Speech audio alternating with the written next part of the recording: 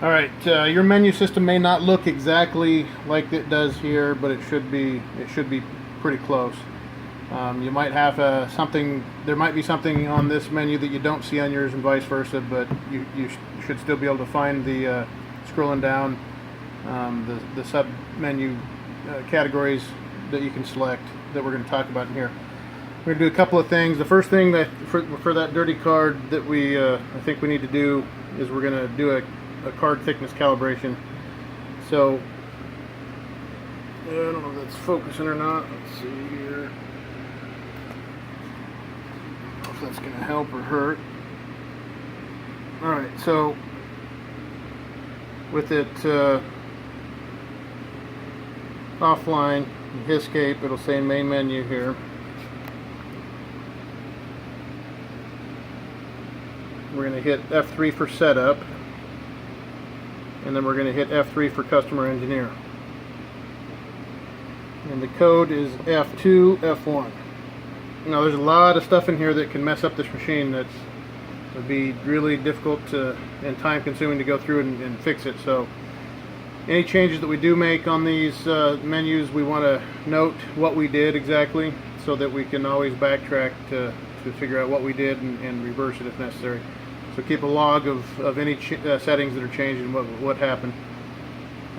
But don't change anything that we're not talking about in here, because there's a lot of things in here that we can do to mess it up. Anyway, we're going to go into Diagnostics, which is F2. I hope we can see this in this video. It's hard to see on the screen. But we're going to go through the menu here. F2 and F3 take you up and down through the menu. And we're going to go down until we see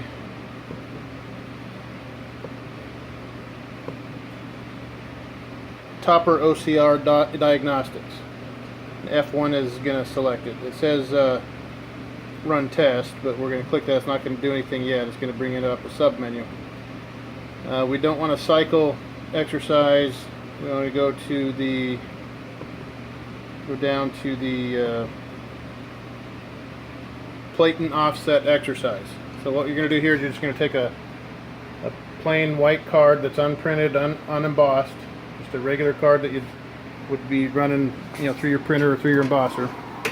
We're going to open up the topper cover, and right here is the guide that holds the card as it embosses. You'll see there's a little notch on the top and the bottom, and the card fits in there. You're going to slide that in there and just kind of center it.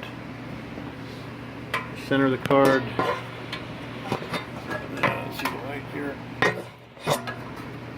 I don't know if we can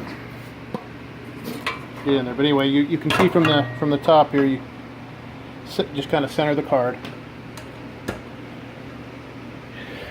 Shut that, and then we're going to click. Push on F1 for run test.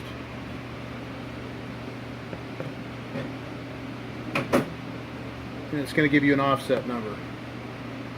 So you hit escape, and it's going to ask if you want to save that to the EEPROM. So you're going to say yes. So you're going to push F2 for yes, and then F1 for escape, and that will save that reading to the EEPROM.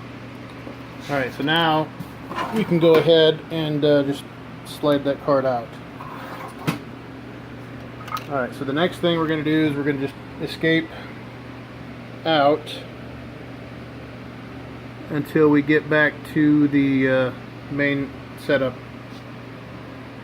From here we're going to go to Supervisor, and the code for that is F1, F2.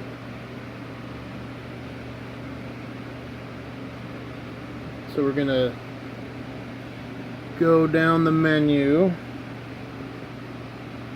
until we see topper temperature adjust. So you're going to hit F1, and it's just temperature up and temperature down. It has this T here kind of as a guide. I don't know why it doesn't give temperature here.